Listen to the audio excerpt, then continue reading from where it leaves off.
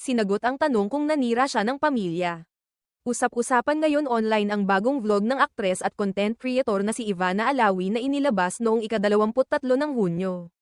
Kung saan sinubukan niyang sagutin ang ilang mga matitinding tanong sa segment na pinamagatang Truth or Lie.